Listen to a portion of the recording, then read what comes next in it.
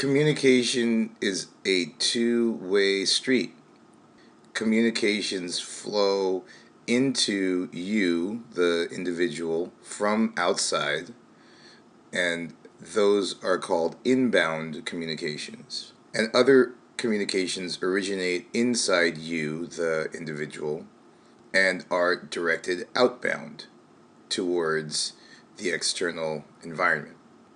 People who just communicate outwardly without listening to the communications coming into them wind up with communications that don't connect. The more you can articulate what is coming in from the outside world, the more the communications that you create going out will mirror the needs and interests of the environment, or that part of the environment that you're trying to reach, or the part of the environment that sent you the originating inbound communication.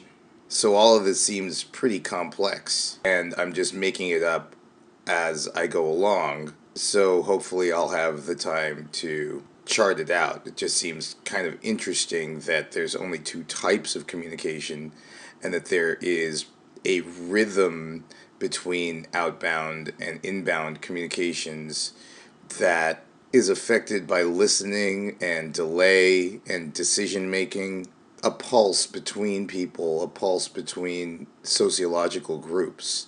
An ad agency exists to coordinate the outbound communications of a company, but often companies do a less than optimal job of managing, analyzing, handling, and responding to the inbound communications of customers and distributors. So it follows that you need to create better listening systems. So if the world is telling you something, listen and think about it, and then provide the world outbound communications that suggest action, are seen as interesting, and are more relevant because you did a better job of listening.